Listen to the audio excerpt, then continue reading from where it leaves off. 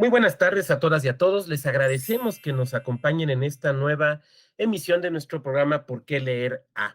Hoy vamos a rescatar a uno de los grandes juristas de México, a don Emilio Rabasa.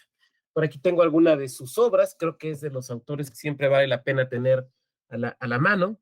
Mi edición de la Constitución y la dictadura no es desde luego la edición príncipe porque tendría un costo muy interesante, pero sí nos parece aquí en la Escuela Judicial Electoral que es uno de los autores que vale la pena que nosotros retomemos. El día de hoy, para hablar de este importante jurista y político mexicano, nos acompaña la directora de la División de Estudios Jurídicos del Centro de Investigación y Docencia Económica, la doctora María Solange Maqueo. Doctora, le agradecemos mucho a nombre de la Escuela Judicial Electoral que nos acompañe para platicar de esta figura tan interesante, una figura, si me permite decirlo así, un poco a caballo entre el siglo XIX y el siglo XX. Y no me refiero solamente a la cuestión temporal, me refiero tal vez un poco a la cuestión de las ideas. Un personaje que lo mismo escribió novelas, que lo mismo fue gobernador, que lo mismo tuvo por ahí alguna laborcilla diplomática, digo laborcilla por decirlo, ¿no? Pero que además se ha convertido probablemente, y desde luego me hago responsable de mi comentario, junto con Ignacio Luis Vallarta, en las dos figuras señeras del constitucionalismo mexicano. Doctora, ¿por dónde empezar a hablar de don Emilio Rabasa Estebanel? Muchísimas gracias por la oportunidad, pues efectivamente, de hablar pues de un gran jurista, ¿no? Multifacético y que sin duda alguna ha marcado muchos de los pasos en el constitucionalismo mexicano. Bueno, yo creo que iniciando por lo primero, ¿no? Emilio Rabasa Estebanel nace en Ocosocuautla, Chiapas, y nace un año antes precisamente de la Constitución de 1857, ¿no? De la cual él será sin duda alguna el mayor crítico. Efectivamente, como ya comentaba, pues fue novelista, ¿no? Tiene una tetralogía muy interesante. Su primera novela bajo un seudónimo es La Bola, y es una novela representativa, digamos, del realismo mexicano y donde de alguna manera es crítico, ¿no? De la corrupción y de la actuación muchas veces de los políticos en ese sentido. Eh, pero lo cierto es que, si bien es cierto que tiene ese reconocimiento como novelista, pues destacó fundamentalmente en el ámbito jurídico, ¿no? Como jurista. En ese sentido también fue un político. Lo cierto es que sin mayor fortuna, ¿no? Estuvo en el Senado de la República en la época porfirista. Y por otro lado, pues también ha tenido una cierta incidencia en las ciencias políticas, ¿no? Ya veremos a partir más o menos de su obra. Pero como jurista realmente, y desde la ciencia política también creo que es importante destacar eso, ¿no? Que sí se le reconoce como uno de los principales críticos y sistematizadores de la Constitución de 1857. Si bien es cierto que él nunca ocupó un lugar en la Suprema Corte de Justicia de la Nación, efectivamente su desarrollo sobre el juicio de amparo fundamentalmente, pues le ha valido el tener una estatua en la Corte al lado, evidentemente, pues de Otero, Rejón, Vallarta, ¿no? Tiene una faceta poco menos conocida, que también fue agente del Ministerio Público, fue un abogado postulante muy destacado. Él fue parte, digamos, del ilustre y nacional Colegio de Abogados, ¿no? Y también fue fundador y rector de la Escuela Libre de Derecho. Este es un aspecto que ha tenido, digamos, un reconocimiento importante y que se enmarca propiamente en el movimiento estudiantil, en donde de alguna manera los estudiantes se oponen a el entonces rector Luis Cabrera, ¿no? Y este movimiento estudiantil tiene por objetivo la defensa de la libertad de la educación superior. Con base en ese movimiento, opuesto, digamos, a las medidas, podríamos decir, autoritarias de Luis Cabrera, de alguna manera Emilio Rabasa apoya a sus estudiantes y con ellos se funda la Escuela Libre de Derecho, de la que posteriormente será, digamos, rector. Y yo no sé, doctora, si me lo permite, disculpe que la interrumpa con la postilla, pero Luis Cabrera, que bueno, era revolucionario, pero originalmente fue reyista, ¿no? Y me parece que don Emilio más bien lo podríamos inscribir más cercano hacia los científicos. Yo no sé, y es mera hipótesis, ¿no?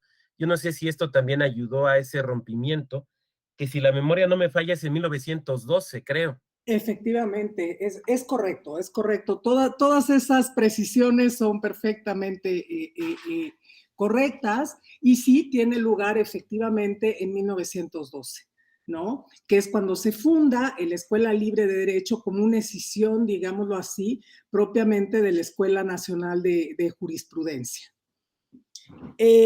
Otro aspecto que quisiera destacar mucho es precisamente en el ámbito jurídico. Creo que su obra más importante, sin duda alguna, es el artículo 14, ¿no? El artículo 14 en su estudio constitucional, en donde de alguna manera Rabasa critica de manera muy profunda la posición de este artículo constitucional, que si bien venía, digamos, de las bases orgánicas de 1843, pasando a la Constitución de 1857, pues establece que todas las personas tienen derecho a que se les aplique exactamente la ley a sus casos, ¿no? A sus hechos en relación con nosotros. Se refiere específicamente al artículo 14 de la Constitución de 1857. Sin embargo, pues sabemos que este es el antecedente directo, inmediato de la vigente Constitución de 1917, en donde se conservará en el mismo numeral. Esto implicó, digámoslo así, en el célebre pleito entre Vallarta y Rabasa, ¿no?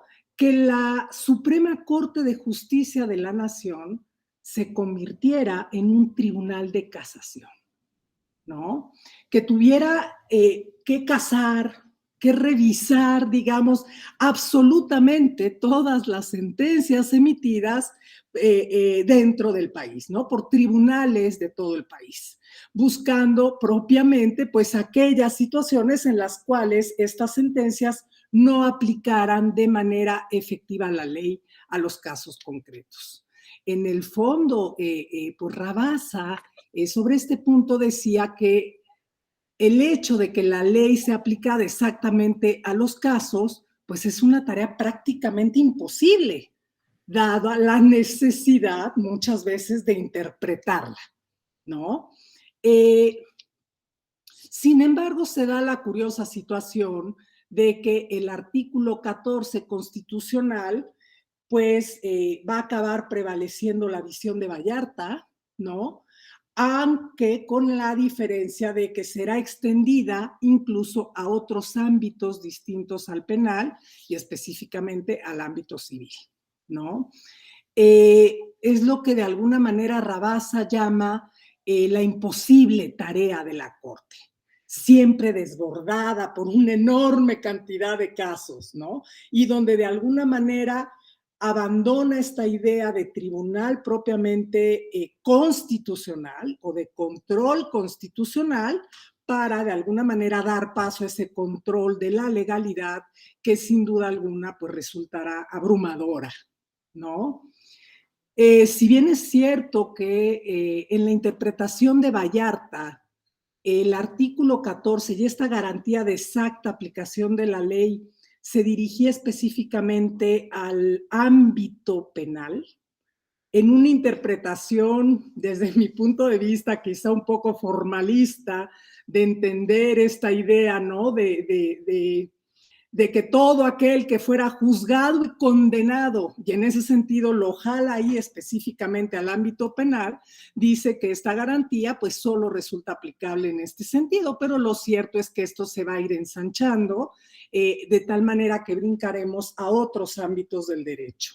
En general, podríamos pensar que este ensanchamiento no solo viene a partir, digamos, de la postura de Vallarta, sino que se va dando a través incluso de la propia legislación y también a partir del desarrollo jurisprudencial que vendrá con posterioridad. Este es como un punto importante, ¿no? Y en donde finalmente el amparo acaba dirigiéndose mucho al control de la legalidad.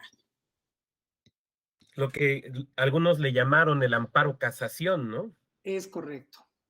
Y ahorita que hablaba usted, doctora, yo tengo aquí encima algunos libros, entonces me estiré y recordé este texto, ¿no?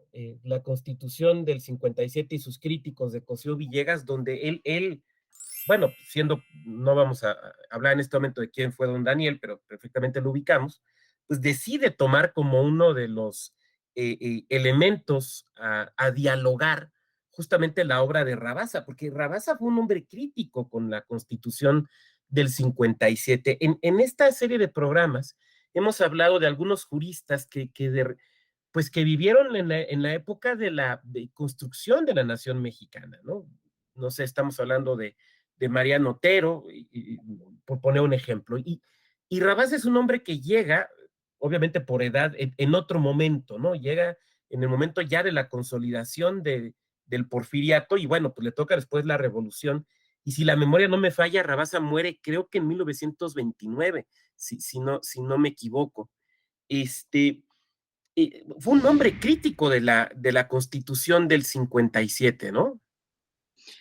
Totalmente, ¿no? Totalmente. Sin duda alguna, ahorita me he referido específicamente a las críticas relativas al artículo 14, ¿no? Y efectivamente al amparo casación.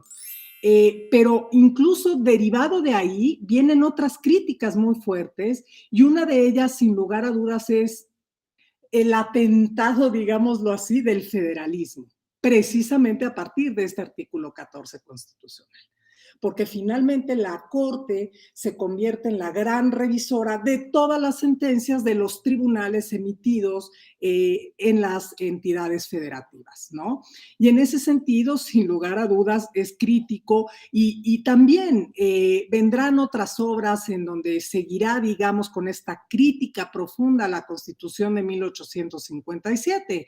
Un caso su obra es El juicio constitucional, en donde sin duda alguna sostiene que incluso los mexicanos nunca hemos sabido realmente qué es el control de la constitucionalidad o de situaciones que merezcan realmente la pena ese control de constitucionalidad.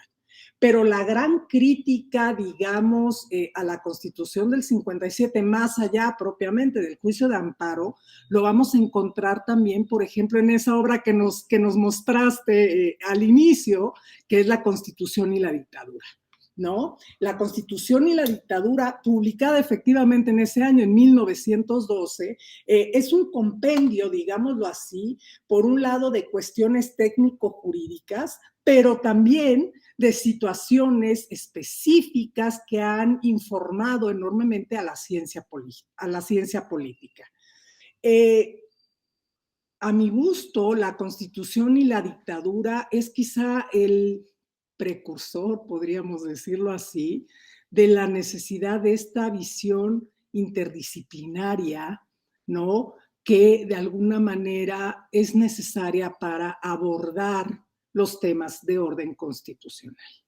En esta obra vamos a poder ver claramente referencias históricas, vamos a poder ver claramente cuestiones sociales, políticas y técnico-jurídicas.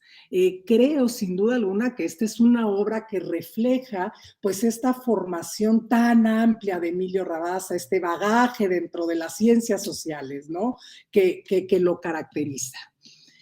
En el fondo, y aquí sí quisiera enfatizar esta idea, Rabasa es un gran defensor de la necesidad de la formación de los juristas con un alto contenido histórico. Para Rabasa, la historia es sin lugar a dudas fundamental para poder entender el derecho, para poder entender a las instituciones jurídicas, para entender nuestro sistema jurídico, ¿no? Sea la Constitución o incluso de lo que ella emane a través de la legislación secundaria. En esta obra, digamos, se refleja claramente ese importante bagaje. Doctora, hay una especie de tópico, ¿no?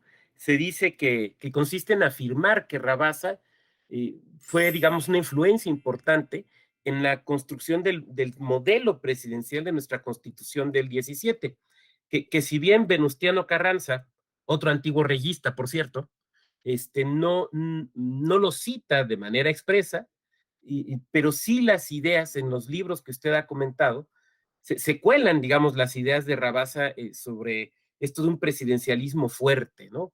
Sí. ¿Esto será cierto? ¿Será una mera creencia? ¿Usted cómo lo considera? Bueno, yo estoy plenamente convencida que así es, ¿no? Definitivamente las ideas de Rabasa estarán presentes en el Congreso Constituyente de 1916 y 1917. Sin duda alguna, estas ideas que venía desarrollando precisamente a partir, digamos, de su crítica a la Constitución de 1857.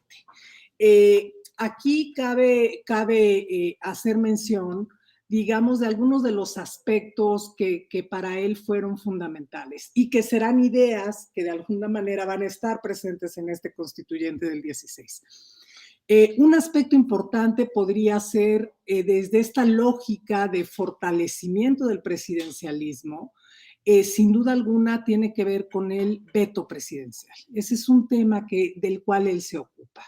Y el veto presidencial para él era un absurdo, ¿no? El que la propia Cámara de Diputados, recordemos que en ese entonces para el 57 era unipersonal, ¿no? Hasta que finalmente se reinstaura el Senado a partir de Lerdo. Lo cierto es que para Rabasa el veto presidencial no podía ser superado por una mayoría de la propia Cámara que presenta la iniciativa de ley. Era un absurdo, era una simulación de veto que tenía meramente un carácter suspensivo, ¿no? Entonces, ahí Rabasa es muy crítico, digamos, con esta idea del veto presidencial. Otro aspecto que él impulsó enormemente fue eso, ¿no? Fue un gran crítico de este carácter unicameral, ¿no? De la Constitución y, sin lugar a dudas, él impulsa enormemente, pues, esta idea de la Cámara de Senadores. Otro aspecto que también tiene que ver con este fortalecimiento, digamos, presidencial, tiene que ver un poco con el hecho de que el Congreso no debería de estar reunido perpetuamente.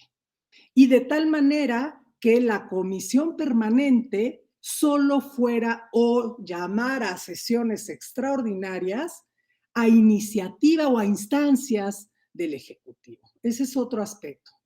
Otro punto que fue, digamos, de los aspectos que se derivan finalmente de esta crítica a la Constitución del 57 y que sin duda alguna genera pues gran debate, ¿no? Y que en algunos sentidos ha sido calificado de desafortunado, es esta idea del voto popular. Para Rabasa el voto popular sí tenía que estar específicamente dirigido a personas que por lo menos supieran leer y escribir. Y específicamente fue gran crítico del voto popular para la elección de ministros de la Corte. Y ahí él lo que sostiene es, a ver, la Suprema Corte de Justicia de la Nación no es propiamente un poder, no está sujeta a la voluntad de la nación. La Suprema Corte de Justicia de la Nación es un órgano técnico al cual le corresponde la observancia, digamos, de nuestro sistema jurídico. Pero la Corte no está para satisfacer, digamos, esa voluntad política. No contaminemos lo jurídico con lo político en las decisiones y designaciones de los ministros de la Corte. Creo que este fue como de los puntos que finalmente lograrán aterrizar posteriormente, ¿no? Creo que a mí hay un aspecto que me gusta mucho de la crítica de Rabassa y que creo que nos hace reflexionar hasta de dónde nos encontramos parados el día de hoy, es en esta idea de que para él la Constitución del 57 estaba terriblemente mal armada, era inoperante.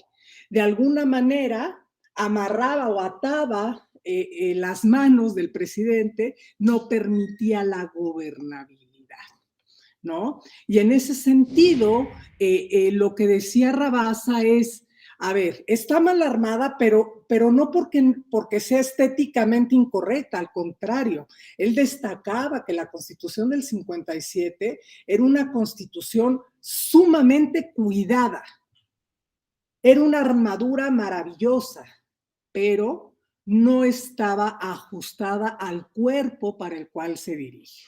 En otras palabras, la Constitución del 57 era una constitución hermosa, pero inoperante, ¿no? Y en este sentido, y a eso me refiero, que nos hace reflexionar al día de hoy precisamente en eso.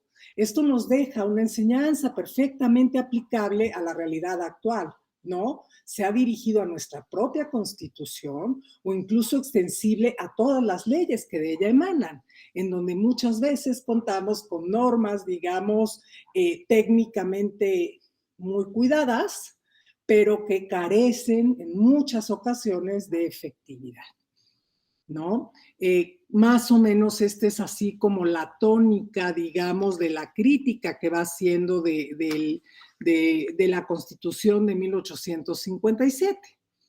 Cabe decir que si bien es cierto que estas críticas tan duras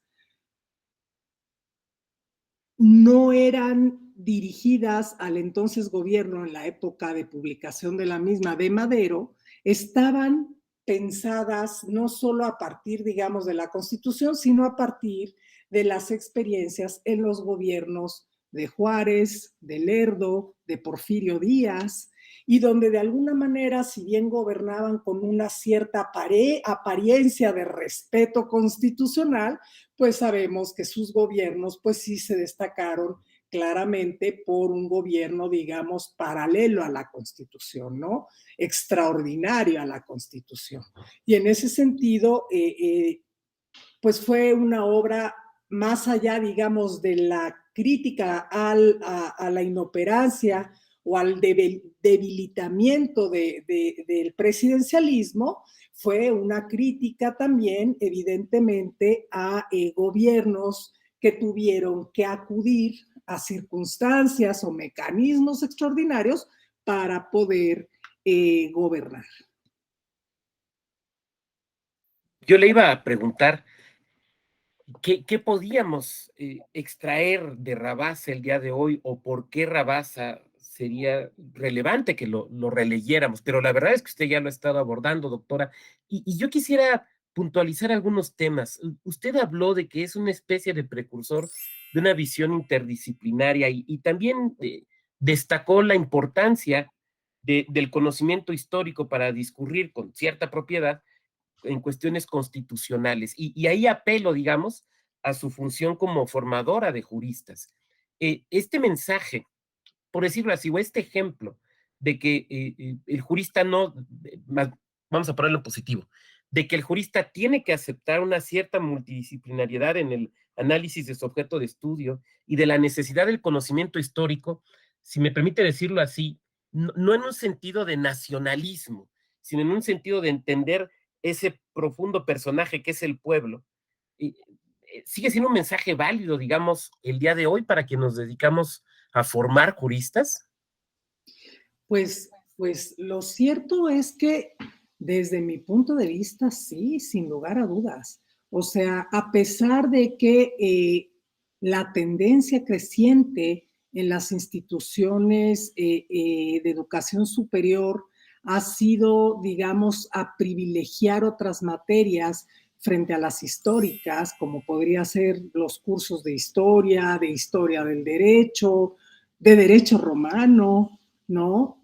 Me parece que sin duda alguna sí es un debilitamiento hasta cierto punto de la función, de la formación del jurista.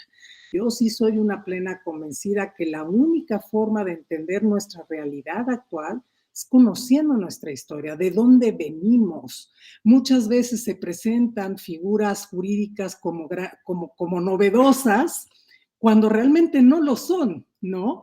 Tienen un antecedente histórico, tal vez no inmediato, pero lo tienen, y donde ya hubo una experiencia sobre si resulta aplicable, no, qué situaciones se enfrentó, y en ese sentido creo que minimizar la importancia de la historia, minimizar el peso del desarrollo, del desenvolvimiento del derecho, va en perjuicio, sin lugar a dudas, de la formación del jurista, ¿no? Yo sí creo, sinceramente, aunque insisto, no necesariamente es la opinión compartida por todos, porque también pues somos conscientes pues de los límites temporales que tienen los programas académicos, ¿no? Y en donde pues finalmente hay que colocar en una balanza efectivamente pues, a qué le damos prioridad. Ahora bien, lo cierto es que creo que Rabasa es precisamente el gran ejemplo para pensar en la importancia de la historia. Y digamos, estos programas de la Escuela Judicial Electoral, creo que también lo son, porque finalmente están retomando, ¿no? A estos grandes juristas que de alguna manera han dejado un legado que sigue permeando entre nosotros. Y esto nos lleva a entender mucho, por ejemplo, en el caso de la Constitución de 1917, ¿no? A pesar de que Rabasa hasta cierto punto se le ubica con el porfiriato, se le cuelga también, digamos, pues esa terrible mancha de huertista, ¿no? Pero lo cierto es que el pensamiento de Rabasa estuvo y sigue presente, digamos, en el debate constitucional. Actualmente nuestros abogados, nuestras abogadas, no pueden, digamos, considerarse conocedoras o conocedores del derecho de amparo o de alguna manera no serían capaces, digamos, de considerarse constitucionalistas, pues si no están empapados propiamente de este debate entre Vallarta y Rabasa, ¿no? Entre las diferencias y las implicaciones que tiene el Tribunal Constitucional frente al Tribunal de Casación. Creo que son, de alguna manera, pues, Rabasa acaba siendo, digámoslo así, un ejemplo, ¿no? De lo que él tanto pregonó. Sin embargo, pues lo cierto es que sí es verdad, precisamente estas tachas, digamos, de no provenir de los grupos políticos dominantes en el Congreso Constituyente del 16 y del 17, pues lo cierto es que él estuvo presente. Nadie se atrevía a citarlo, digamos, de manera directa, ¿no? O explícita, aunque en el debate estaba ahí. Su debate, sus críticas estaban ahí. Y eso también atiende a circunstancias, digamos, coyunturales, ¿no? En el sentido de que, bueno, finalmente él fue compañero de curul de Carranza, ¿no? Se conocían su pensamiento mutuo en cierto recíproco. Y en ese sentido también se da la circunstancia que finalmente uno de los principales líderes, digamos, de la fracción carrancista en el constituyente, Natividad Macías, ¿no? Se había formado en el propio despacho de Rabasa. Entonces, de alguna manera, Rabasa estaba ahí, ¿no? Su obra estaba ahí, a pesar, digamos, pues de sí, en algunas ocasiones llamado también como un espectro, ¿no? Presente, flotando, pero sin que sea visto de manera tan inmediata o tan directa. Ya por último, quisiera comentar, porque eso también me parece que es importante destacarlo, de manera relativamente muy reciente, en un estudio de José Antonio Aguilar, de Tania Rabasa, de José Ramón Cosío, recuperan un escrito de Rabasa en el cual hace una crítica a la Constitución del 17 y específicamente al artículo 27 constitucional en materia de propiedad. Y ahí, de alguna manera, su crítica va dirigida mucho hacia el nacionalismo, ¿no? Y en donde critica arduamente pues esta regulación o más bien este desarrollo en temas de hidrocarburos, subsuelo, recursos naturales en general. Finalmente, Rabasa sí considera, y si mal no recuerdo, lo llega a afirmar de manera explícita, sí considera la Constitución del 17 como una constitución exacerbadamente nacionalista, ¿no? Y mucho a partir de esta idea. Lo cierto es que finalmente es un escrito que, a diferencia de las obras a las que me he referido con antelación, es un escrito que hace más en el marco de una consultoría y que es relativamente reciente, digamos, su recuperación, ¿no? A lo que Charles Hay llamó este estudio fantasma. Un texto además muy interesante. Decía algo, doctora, que me hizo pensar en otras figuras, ¿no? Es cierto, Rabasa se vincula de alguna manera al infame gobierno de Huerta. ¿Cómo defiende? Un chacal nacido hombre por casualidad le llaman, ¿no?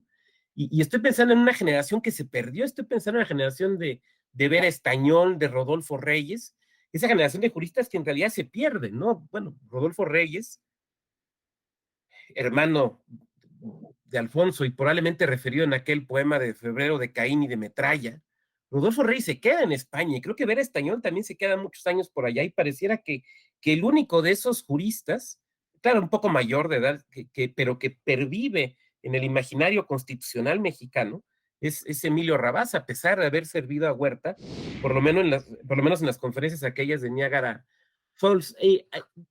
Yo quisiera, sí le quiero hacer directamente la pregunta, doctora. Una joven que estudia Derecho Constitucional el día de hoy, que nos enfrentamos a temas como, no sé, la jerarquía de los tratados internacionales, la ejecución de las sentencias de la Corte Interamericana, o temas que usted conoce también como acceso a la información, protección de datos. ¿Por qué voltear a ver a un señor que hace muchos años escribió y que además escribe en un estilo, a mí me parece una de las plumas más agradables de leer, pero bueno, es una opinión personal, pero que escribe en un estilo, pues incluso ya no hay diagramas, no hay infografías? ¿Por qué alguien que está estudiando hoy Derecho debería voltear a ver a Rabasa? Porque, a ver, un poco por distintas razones, ¿no? Muchas de las que incluso ya he mencionado anteriormente. Esa visión, digamos, pretendidamente holística, ¿no? Del derecho a partir de las ciencias sociales. Creo, sin duda alguna, que ese es un ejemplo a seguir en muchos sentidos. Yo veo difícil que pueda alguna persona ostentarse como constitucionalista si no conoce la historia constitucional, si no conoce los antecedentes, si de alguna manera no está empapado también de la ciencia política, ¿no? Porque ahí hay digamos, una correlación inmediata. Ese es un aspecto. Otro aspecto fundamental por el que creo que Rabasa es un indispensable, pues que seguimos inmersos en el problema que él denunció, ¿no? desde otro siglo, o sea, ¿no? Entonces, pensar, digamos, el problema subsiste, no está resuelto, esa es una realidad, ¿no? En donde seguimos privilegiando en muchos sentidos, no necesariamente mal, pero no hemos logrado encontrar, digamos, el mecanismo o la salida adecuada para el control de la legalidad. Y entonces sí hacer de una corte pues un control constitucional, un tribunal constitucional. Entonces creo que muchos de los problemas que el propio Rabás advierte en la propia construcción jurídica, pues muchos de ellos subsisten, ¿no? Y en ese sentido, bueno, no en algunas ocasiones, afortunadamente no tan resonantes, pero en varias ocasiones he venido escuchando esta idea de nuevamente el voto popular para los ministros de la Corte. Pues habría que cuestionarnos una decisión o una propuesta de esa naturaleza. En fin, creo que muchos de los problemas que actualmente, digamos, seguimos enfrentando o sobre los que seguimos debatiendo, dilucidando, pues son temas que ya han sido tocados y que sí vale la pena conocer, pues estas distintas visiones. Yo no digo que tenga que prevalecer el pensamiento de Rabasa, pero sin lugar a dudas, un debate informado de un tema sería muy rico tomando en consideración estas ideas, ¿no? En ese sentido, creo que además de todo esto, ya no lo digamos así, pero desde el mecanismo del amparo, o sea, yo no vería factible entender el juicio de amparo si no se conoce a profundidad el pensamiento de Rabasa, conjuntamente con el de Vallarta, porque es lo que nos va a dar la lógica de cómo se fue desenvolviendo, qué alcance tiene, en fin, y cuáles son los efectos que presenta, ¿no? Creo que se vuelve un indispensable tanto para el jurista como para el politólogo y para la cultura en general, en muchos sentidos, ¿no? Y ya no digo de la obra literaria, digamos, como una representación de ese realismo mexicano, que me parece que también por ahí pues tiene una riqueza muy profunda.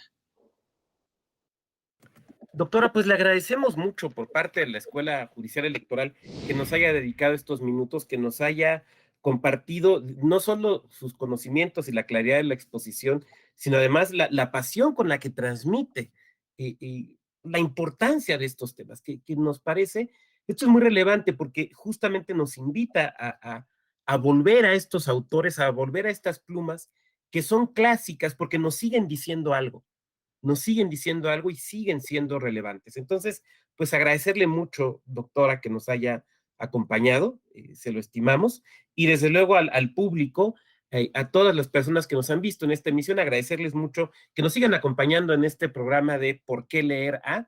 Seguiremos con nuevas cápsulas y desearles que se mantengan con salud y muy bien. A nombre de la Escuela Judicial Electoral, muchas gracias y muy buena tarde.